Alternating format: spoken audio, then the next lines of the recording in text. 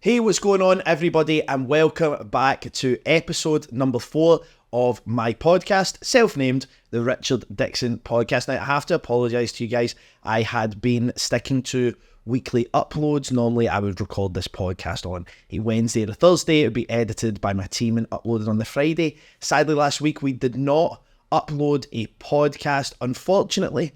I had one of the toughest situations I've ever dealt with in my personal life, and I lost my dog.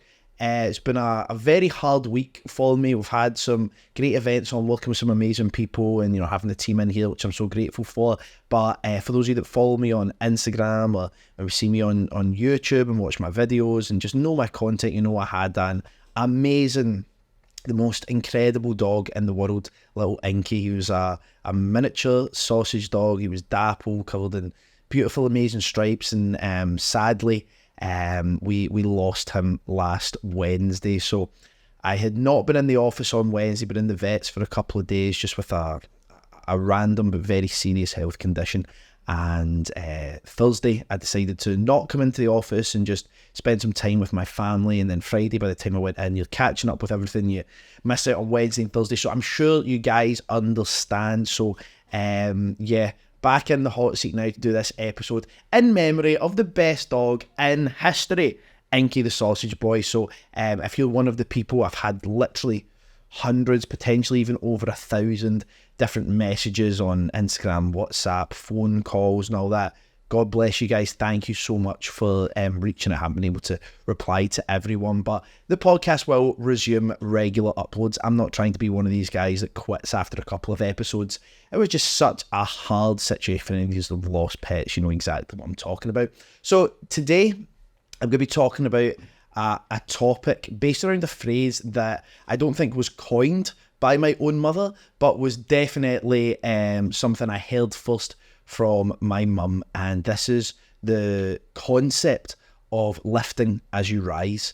Now, not so much in the sense of, the saying rising tides lift all ships or whatever it may be. I like the lift as you rise version of this saying or this attitude or approach to success in life or in business. It's something that I have tried to champion over the last couple of years through helping individuals, through philanthropy, through sponsorship, a whole bunch of different things, some of which I have varied opinions on, and I will share them with you today. So this is really the general overview of this concept that I'm discussing, is your ability to continually improve other people's personal life circumstances as you start to gain more financial independence and freedom, more time freedom. And yes, you can lift as you rise in many capacities. You go and you learn a new skill. You go and you spend more time honing your craft as an athlete. You can return back to your gym or to your team or to your organisation and improve other people's skill sets and core qualities through the work that you have went and done. I am talking about this specifically when it comes to business, and specifically when it comes to gaining more financial success inside of business. So you can take this concept and apply it to any aspect of your life. You might not be in business yet. You might have just stumbled upon this episode and you're watching it because you've got nothing better to do with your day, which is totally fine. I appreciate you nonetheless. But I am going to be discussing this in terms of business and, financial success. Now, to kick off, there's a great discussion and back and forth and difference of opinions when it comes to financial abundance and whether there's a set of drawers in front of me just now if you watch me in video. So I'm turning to this little angle and crossing my legs, just to have a bit more space for my legs. Now, there's a real big disagreement or argument or debate on whether financial success makes you happy. I have had differing opinions on this for many years. Sometimes I've been yes, sometimes I've been no, sometimes I've been indifferent. And I think now, as I'm getting slightly older, albeit not old, I'm 27 years old, I'm slightly more long in the tooth in business, and I'm seeing more life situations pan out of my own, I think I'm in the best place ever to be able to give some degree of wisdom or opinion that carries some weight on this topic.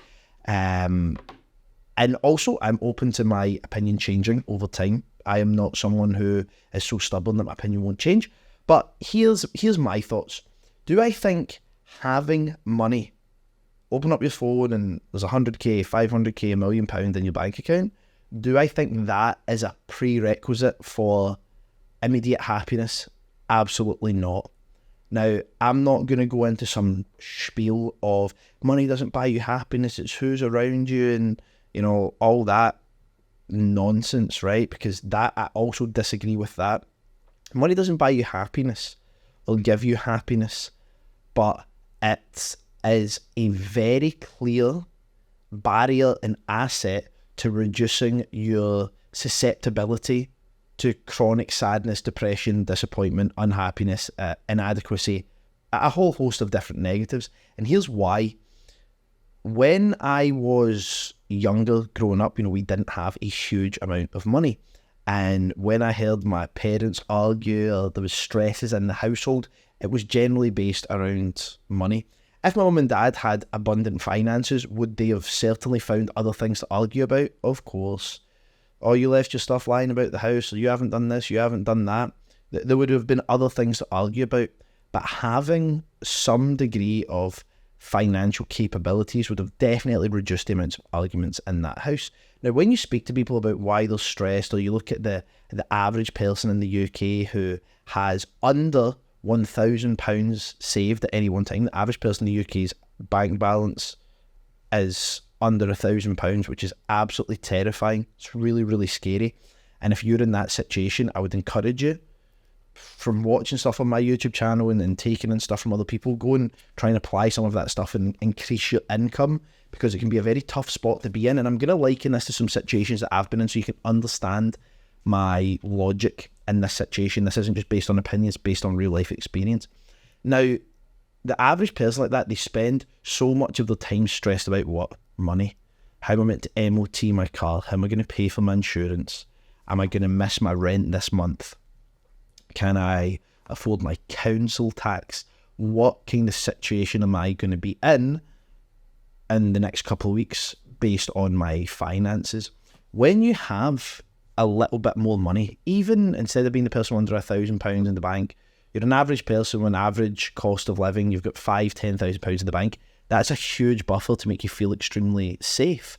You can think to yourself, if I lose my job, I've got enough of a float there to give me time to find something new without having to default on my cards, without having to skip out on a rent payment and fall into arrears, to default on a car finance agreement. You've got enough money there that you are able to protect yourself in a situation where you may lose a job or be incapable of working for a small period of time. The more money you have, the more, I guess, safety net you have in that situation. If something comes up and there's an issue that can be solved financially, you should be able to solve it.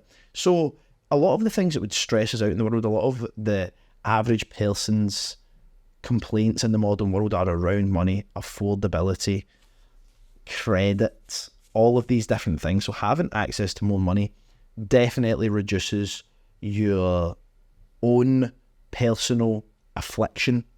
When it comes to these things, you will be affected less. Now, it also seeps into other situations in your life. I, as a man especially, have a very deep sense of responsibility when it comes to providing for people in my life. Anyone who ends up in a tough spot, by the way, not to get bent over and the piss taken out of me. That's not what I mean. Not like my friends can just message me, oh bro, I'm in a tough spot, can I have £1,000? Yeah, that's not going to happen. You're going to get told to go away. The point I'm making is when someone who I love or care about finds themselves in a situation and the end result that they require to move on or feel safe or to have access to care, whatever it is, that can be solved with money. I am nearly always in a situation where I can solve that. An absolutely excellent and very recent example of this is with my dog that I was speaking about. Now, he went into the vets, and I'm not going to tell the full story because ultimately it's very upsetting for me, and I don't like crying in front of people that I don't know. So if you do know me and you're on this thing, hopefully you've never seen me cry before. I'm not a big crier, but I don't want to end up being upset in a podcast and I'll go viral and get bullied on TikTok or something. So he went into the vets and they weren't sure what was wrong with him, and there's just like so many ups and downs and this and that and so on. Now, he had insurance. The insurance had to be signed off by two parties. This whole different situation. So I couldn't, as an individual, authorise his pet insurance, right? So I had to be in a position over the course of 4 days to be able to pay for all of his treatment in full, and then speculatively be able to claim it back at some point should the insurance be authorised, which now it's in the process of getting done. But across the course of 4 days between IVs, oxygen therapy, ventilation potentially, and all these different things. The reason I say potentially was I had to pay for the ventilation, but sadly it didn't make it to that point. Now, I spent circa £20,000 in 4 days, 5k a day, right? Just on Apple Pay, bleeping away. I was in a situation that if I couldn't have done that, the only option would have been to put him to sleep. Now, guess what?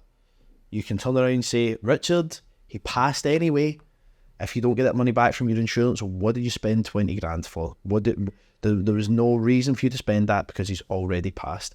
I would never have been able to forgive myself had I not been able to give him access to the best possible medical care. And I can liken this to any member of my family, any friend of mine. It wasn't just the fact that he was my dog. And that's not me saying that humans are automatically more important or whatever. I'm not saying that like he's just a dog. He was like my son. He was my child. I loved him more than anything else in the world. And I have never experienced such intense hurt in my life. Even speaking previously on an episode of the podcast about pain, you know, like I don't even think that when I'm speaking in that podcast episode I'm even qualified anymore to talk about pain. Only now in my life, I understand I've lost family members, traumatic deaths, friends to traumatic deaths, like stuff that would put many people in very, very adverse mental situations, and I've always been able to power through that. Now, you can still say I'm powering through this, and I'm in the office, and I'm doing events, I'm here recording this podcast, and all that kind of stuff, but I've never felt pain like that before in my whole entire life, and I still feel that pain right now whilst I'm speaking here. So when I know I have such a deep-rooted emotional connection with my dog, who was a member of my family nonetheless, I would never have been able to forgive myself had I not been able to do that in that situation. And it really upsets me and scares me and just hurts a little bit to think about the fact that there's families out there, individuals out there, who have been in the same room of the same vets. By the way, vets were incredible. They done so well, done everything for them. They've been in the same room at the same vets with no insurance, or insurance that they couldn't get access to, like mine, and thankfully we have now, and I should get around about £10,000 back. They've had to sit there and they've went, hey, you need to authorise £5,000 just now. The average person does not have £5,000 to be able to spend on the dog. They don't have it to be able to spend on the kid or themselves, right? It's sad. It's so sad. And they've had to sit and say, we can't afford that. We're going to have to put them to sleep. They've not even been able to give the pet the opportunity. And by the way, if they had said to me, Richard, this is going to be 40 grand, this is going to be 80 grand, 100 grand, I would have paid it. My insurance covers me for £10,000. I would have paid it. With some of the last medical treatments that we authorised for me had 5% chance of survival, and I still done it because I was in a position where I could, I guess, lift as I rise. I had the capability through, and say this is a reach or whatever, I don't really care, through years of previous work, that's got me into a situation where I have a certain degree of financial comfort, albeit nowhere near exactly what I want. I'm not even close to feeling comfortable. I still have to smash my pan in every single day, which I like doing. I like being busy. I like working.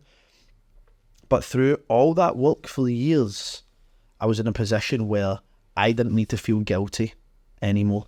I didn't need to feel guilty because I was able to do the maximum I could.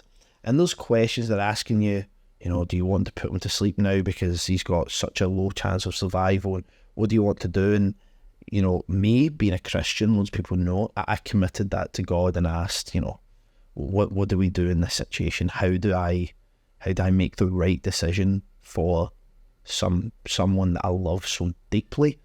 And I didn't get to make that decision, which I'm grateful for, because he passed peacefully in his own right.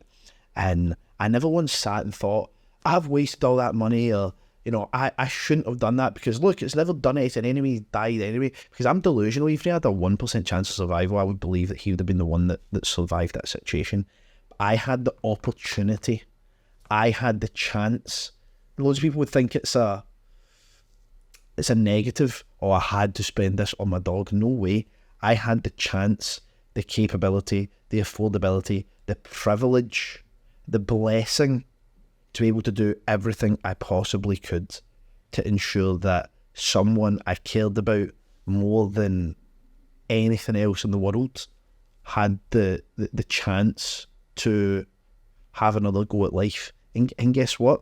Didn't make it. And that's the law of the world. Sometimes that is the in my opinion, how I see the world, and you may disagree, but it's how I see the world and what I believe. That was the will of God, and I cannot interfere. I cannot disagree. I can be hurt. I can be deeply hurt. I can be upset. I can ask questions. I can think it's unfair, but I could do the maximum possible that I could do for that boy, and that gives me a degree of peace. Now imagine putting yourself in a situation where you had to put your dog to sleep. Make it even more extreme. Imagine this is your child, and your child has got a rare illness. How often do we see this online? Innocent child, innocent family, stuck in a situation where, an illness has just hit them, and like you would do as any parent, you're scrambling with GoFundMe and these different things to be able to make sure that your child's going to get access to the care they deserve. And if you don't raise the money, or have the money, or get the money, and something happens to that child, you will never, ever forgive yourself. Never. You will feel like you failed. I failed them as a father. I failed them as a mother. I failed them as a friend, a guardian. You would feel like a failure. That's the reality. That's how you would feel. You would feel like a failure. And even though you tried your best, and the argument is that I sometimes make, if you had been in a situation where you could have started a business, or you did start a business, or you made more money, you'd have had a certain degree of security. And you can see now, just from what I'm saying, how having access to some money, 10k, 20k, doesn't need to be millions, right, can give you a way above average feeling of security, which does not mean that you're automatically jumping around smiling happy. It just means that you're less susceptible to feeling fear, anxiety, sadness, lack of self-worth, because you've got that little buffer there. Now, going beyond essential stuff, when I say essential, I mean like what happened to me with dog, or that analogy I used there for the parents with the unwell child, or whatever it may be. That stuff that out of necessity you would utilise your money. But what about some things that are optional? The true idea of lifting as you rise, philanthropy and stuff like that. If you want to support your church, you want to support a charity close to your heart, you want to support a member of your family, you want to retire a parent, or let's say you have someone in your family with additional needs and you would like to help provide care for them, to give your family members a break, whatever it may be, right? All of these things are, I can really respect you for that. I think you're very kind for thinking about those things. But the long and short of it is, you need to make the money first to make that happen. Even the charity stuff, I respect anyone who donates to charity in any volume. If you have a £5 a month direct debit set up to save the children, and that is what you can donate within your affordability, bless you for doing that. And like, that's such a kind thing to do, because everything is relevant and means tested in the world, right? Just because one person can donate £1,000 doesn't mean that you are less valuable for doing that as per a ratio of income, for example, a percentage of income. But if you want to make life-changing donations, life-changing investments in different charities and organisations, you need to be in a position where you have life-changing money. Now, I am in a position where I can really help, and I'm not saying you'll be able to see from any publications you see of me online, any newspapers, if you go and search my name, it's all business, entrepreneurship, this, that, the next thing. I get asked all the time to write articles on my charity work. All the time. And I have never accepted. I don't feel comfortable talking about it, and I don't think it's authentic. Even it's Thursday today. In 2 weeks, this Sunday, we're having a community support day inside of the HQ just here. We're going to be having a bunch of people in. It's a donation-only event with all proceeds going to Pollock Shields Community Food Point, a charity very close to my own heart, supports families that I know. I provide Christmas presents for children there every single year at a vast cost of thousands of pounds, and then as and when they maybe need capital injections, I can help, right? But that's because I spent years grafting and sacrificing and maybe not donating as much as I should have during that time. Mentally, I wasn't present, and financially, I was very priced in. I wasn't thinking about charity. I was in my process of selfish ambition to fulfill my desire of selfless ambition, but I had to do the work. I had to do the work, and I had to make the money to be in the position where I could go, oh yeah, I'll spend £3,000 or £4,000 on Christmas presents, and oh, you need £1,000 here? Yeah, no problem. You need a donation of cash or food or money, or you want me to run an event to do these things for you? Like, I had to do the work, right? Now, you will have your own chosen charities, and like I've already said, small amounts of money still go a long way. But for you to make a really big impact, in my opinion, it's easier to start something and make money from it than it is for you to go out and campaign and like raise money from people and spend your life being like a charity fundraiser. You won't make any money for yourself during that period, and you can say, I don't need money to be happy and all that. I've already proven in multiple situations that having money is not an optional, oh yeah, it'd be nice if I have it. Sometimes it is literally life or death, and if you don't have it, you will never forgive yourself and you'll live in misery forever. Sounds harsh, but it's true. Fact. You don't get to disagree with that. It is true. So you can be saying, oh, I don't need money anyway, I'm happy working for the charity, getting donations in and stuff like that. Then great. If you're happy with that and you're so confident that nothing negative is ever going to happen in your life that you need to solve for money, good on you. I wish I had that same level of confidence, but I don't. You have got a better quality of life awaiting you, plus a larger impact for the charity when you decide to put some time and focus into building something for yourself. Even if that means in the short to medium term, you're able to donate nothing, zero, because you're like what I was talking about in my last podcast. You're on the Lidl noodles and the micro blooming pizzas and all that stuff, right? You've got no nickels to rub together, and in 5 years, 10 years, you hit it off pretty big. You're at a point where you can do stuff good. Well, let's say, I'll calculate this right now. Let's say you were able to donate £10 a month every month, so 12 months, £120 a year for 10 years. That works out as £1,200, amazing, and make a fantastic difference to a charity. If you, in that period of 10 years, donate nothing, and you work pretty hard and something happens, you're able to get a spare 10k, 5k, whatever it may be, not only have you improved your own life during that period of time, giving you a sustainable income, growing a business or organisation that can employ and empower other people, pay you, potentially sellable so you get a great exit, but you've also been able to donate between 5 and 10 times more than you would have on your regular deposit. By the way, not everyone's going to be an entrepreneur. Not everyone wants to be an entrepreneur. So I am only speaking this example to the entrepreneurs. You could spin this to be, aiming higher on the career ladder or taking more hours at work. I don't really know how you would spin it, to be honest, because I've never really had any jobs minus my apprenticeship, I've literally never been employed, never done a job interview. I'm kind of really out of touch with stuff like that and salaries and stuff. That's me being totally honest. So you're able to do so much more because you've prioritised building something else. Now, when I stopped fighting, 2017, I plan on fighting again this year, not MMA by any means, but I do plan on fighting at some point just to scratch that itch again because I love it, right? But I relied on sponsors to help me heavily. I was an apprentice. I didn't have any real money to do much with. I needed supplements. I needed kit. I needed a gum shield. And I'm not talking about a crappy gum shield, like a fitted gum shield that's actually going to protect you a bit more. I needed all that stuff at the cost of hundreds of pounds, help with travel, help with training expenses, all these different things. So I relied on sponsors. I relied on the kindness of other people wanting to get involved.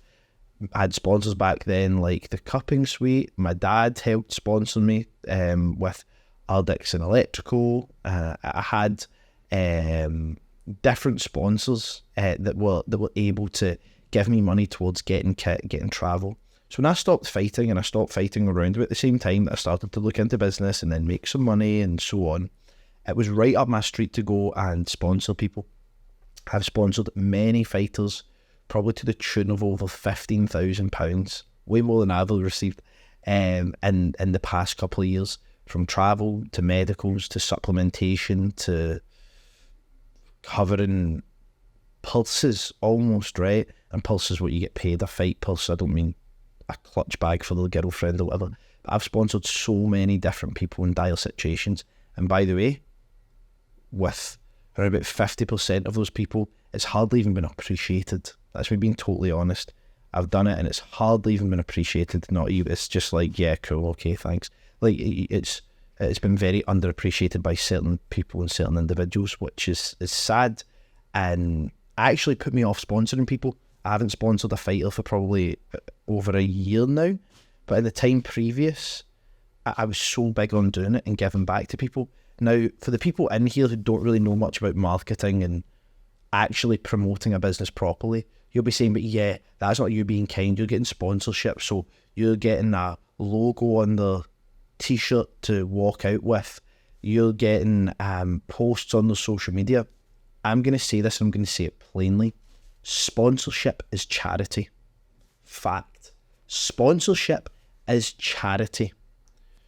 If you're sponsoring someone, if you sponsor a person, a football club, a basketball club, a golf course, any of these things, if you sponsor someone or something, do not ever do it on the basis that you think you're going to get revenue back. Do it on the basis that you want to support that person or organisation because it means something to you. Sponsorship is almost a net zero profit. It is a massive net loss. There was one person that I ever got any return from in terms of sponsorship, and it was when I sponsored Chris Duncan, who's now in the UFC. Sponsored him multiple times over the past few years. By the way, appreciative guy, an amazing, kind, driven, fantastic father. I love his missus. She's so lovely. Like, I loved sponsoring Chris. It was one of my more expensive sponsorships as well because he was a real good pro fighter and was aiming really high. Never regretted sponsoring Chris. And even though Chris is not the best guy on camera and all that, he grafted his socks off those sponsorships. He would upload videos and do whatever he needed to do to try and make sure he was earning his sponsorship. And it helped set up a meeting with someone one time and helped get a little bit of investment, not a huge amount of money, but it returned me something. Still, across the board of all my sponsorships, massive net loss. I sponsored Chris because I loved Chris and I believed in Chris, and now seeing him in the UFC and building that life for himself and making more money and being able to, have more financial security for his family and all these different things. Even if I was 0.5% of that, I'm so proud to have been part of that journey. There's other people out there that I've sponsored that it's just should never, there was never even anything done for you. It gets to a point where people actually feel entitled to it, But I'm glad I was in a position where I could lift as I was rising. I was rising in my own life, rising in my own business, rising on my own personal brand, income. I think I already said that. So I was able to lift other people. Oh, you're in a situation where you're struggling as a young fighter. I'll help lift you and give you something here so that you can go and do something with it. I'd done it not just for fighters, for other athletes. My little cousin's school football team, the football kits were destroyed. Hindland Foxes, up the Foxes. My little cousin's football team in his school when he was there, he's at university now and carving his own path. I'm so proud of him. He's training now and competing in jiu-jitsu, and maybe he'll fight MMA at some point. I'm not sure. I'm so proud of that kid. He's done so well. But he's at uni and stuff now. But when he was in school, the kits were wrecked. So I went and I had a friend of mine who is one of the big football kit printers and manufacturers and stuff like that. So I went to him and we done a deal, and I spent money on the kits for all the different years, boys teams, girls teams. I think they still use the kits today, and I never got anything for that. They done one post on Instagram once, and I've never seen anything since. I've never heard from them, never nothing. And fine, my cousin was there. They were wearing these crap football kits. I was able to spend an insignificant amount of money to me at the time, 700 quid, £1,000, can't remember what it was, to get these kits done to make sure these kids go and play football. One of my mum's friends' sons, who's a BMX racer, sponsored him. Like, all these different sponsorships that I was able to do, I could never have done that as a spark. I couldn't have. I could have sponsored someone in the sense of put 20 quid into a blooming football card, right? I could have done something like that, and that is still valuable and goes a long way for young athletes or people raising money for any reason. But it was nowhere near what I was able to do after I had a little bit of financial success. I was able to say, oh yeah, I'll put money in here, put money in there. So think now for your own lives, right? What examples of lifting as you rise will you be able to do? Because now I'm in a position where I financially support to a degree some people that I know. I am able to give people more opportunities. As my business grows and we get better, I'm able to employ more people. We're employing people now who maybe aren't the most experienced, because we can bring them in developmental roles and help them be mentored and coached by other members of our team. So where, as we are rising in our business and rising in our team growth, we're able to bring in people who maybe wouldn't meet the requirements for a role with us 6 months ago, but now because we have capacity, we're able to bring them in, train them, not like an apprenticeship, it's nothing formal in that sense, but bring them in, employ them full time, pay them a good wage, and increase their capacity to, learn different skills and vastly, grow their skill sets. It's something that I think is really important. So think to yourself right now, what examples of lifting as I rise can I do in my life? And ask yourself, would you be comfortable being that person who had to let your pet go or deny a person in your family essential medical treatment or whatever it may be, because the business that you have right now, you never tried that hard that. You're just like, oh, I'm okay just making a wage. As long as I make a wage. Not to put you under pressure, but you're under pressure. And not to make this hoorah, super alpha, work hard, you're a provider, but I'm going to do it. Because that's how I function and what I believe. I need to be in a situation where I can solve problems. And many problems in the modern world are solved by money unless you have an expert skill set. Someone comes to me in my family, I've got a rare form of cancer. Would it be easier for me to have money available to try and help that person, or to go and retrain as an expert cancer specialist? It's a really easy bloody answer there, super easy answer, and I know which option I would choose all the time. It puts more pressure on you having a little bit of money, because you can solve people's problems and you feel required to do so sometimes. I would rather be in that situation than not. That feeling of helplessness, of failure, of destitution, whatever words you want to use. I'm spinning my vocabulary just now, right? I couldn't handle that, because see me being able to sit here and talk in this camera and do my event the past couple of days and try and impact people's businesses and lives that we do through our training. Another example of lifting as you rise. Although we're able to build a business around it, how incredible is that, right? But if I had been in a situation where I was in that vets and I had to say, guys, I can't pay that. I can't pay that. And I had to watch my own dog, who I loved more than anything, and who with great love has brought such sadness, such profound sadness. If I had to turn around and say, I can't afford to do that, by the way, I would have begged, borrowed, stealed, put my back up against the wall. I'm going to find a way to make that happen, right? But let's say I had to turn around and go, I can't afford that. And even in the process of begging, borrowing and stealing, I wouldn't be in this office just now. I would not be on this podcast right now. I would be sitting in my bathroom, staring at myself in the mirror, hating myself in disgust, because that's how I would have thought about myself. I'm not encouraging you to feel that way about yourself. No way. I would have sat and been like, you failed. Who cares about failing myself? I would have failed someone that I loved. How wrong is that? Right? So you need to start taking this money game seriously. If you're watching this right now and you're like, one of these average bank balance under £1,000 people, something needs to change. I don't know what it is for you. I don't know you personally, or maybe I do, I don't know. But I don't know you through this lens right now. I can't prescribe you something to go and fix that situation, but you need to take this money game seriously. Whether you don't need to love money, you don't need to love what you do, right? You don't need to be obsessed with what you do, but you need to get yourself into a position where you have some security, some degree of a buffer, emergency fund, so that when that thing comes around, because someday something will, you don't feel so helpless, you don't feel so useless, you don't feel so destitute. You feel, actually, this work I've put in to be in a situation where I have a spare 5, 10, 20, 100,000, I was able to go and use that for something that was worthwhile. Yeah, you can also buy a Lambo or a Rolls Royce as well, which is fun. But to be able to give that money to something that means something to you, that charity that you always wanted to support, or your church that has helped you and uplifted you for so long, or to try and save the life of someone that you cared so deeply about, there might be zero return on investment with that. There might be no financial benefit, but emotionally, mentally, you'll be able to look at yourself and not feel hatred and not feel disappointment.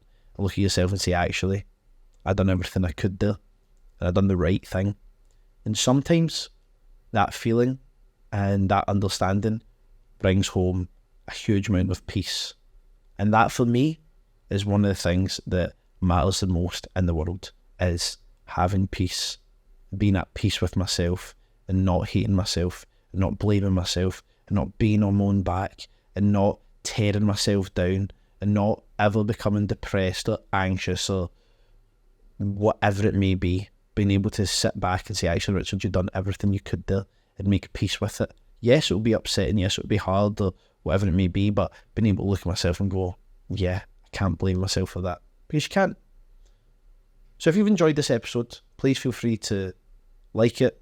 If you hated it, feel free to dislike it as well. I like honest metrics. It's a good way to help me understand how I'm meant to grow and the type of content that you guys enjoy watching. It's been a somber and positive and maybe motivational, but maybe also might annoy you because you realise that you're maybe not ticking the boxes you want, and you might get annoyed at me for that, which is fine. Take your annoyance out on me. It will not upset me, but ultimately it's because you're not happy with yourself and where you are just now. And if you have to hate me to be empowered to change, that is a worthwhile hatred. And I would never hold it against you as long as you actually go and do something about it, because now you have no excuse of being blissfully ignorant anymore. Thank you very much for joining me on episode number 4 of the Richard Dickson podcast. I'm hoping soon we're going to be bringing some guests in, although I do love doing these podcasts solo, and I do imagine I'm going to do the majority of them solo because I really enjoy having this time to talk. I don't get an opportunity to talk like this very often, not with friends or, in groups or anything like that. And it's not intimidating because I'm talking to a lens and a camera. I'm not actually talking to anyone, and I don't actually know that many people listen to this podcast anyway. So I love having this time to talk and be real and be raw, and it gives me a really good outlet as well. So I appreciate all of you guys, whether it's 5 of you, 10 of you, 1,000 of you that end up listening to this podcast. It's greatly appreciated. But I'm going to try and cherry pick some good guests with specific value for my type of audience, and hopefully we'll have some of them in very soon. Thank you very much for listening. Have a great day. Get your money up, get your security up, and I'll be speaking to you all again very soon. Cheers.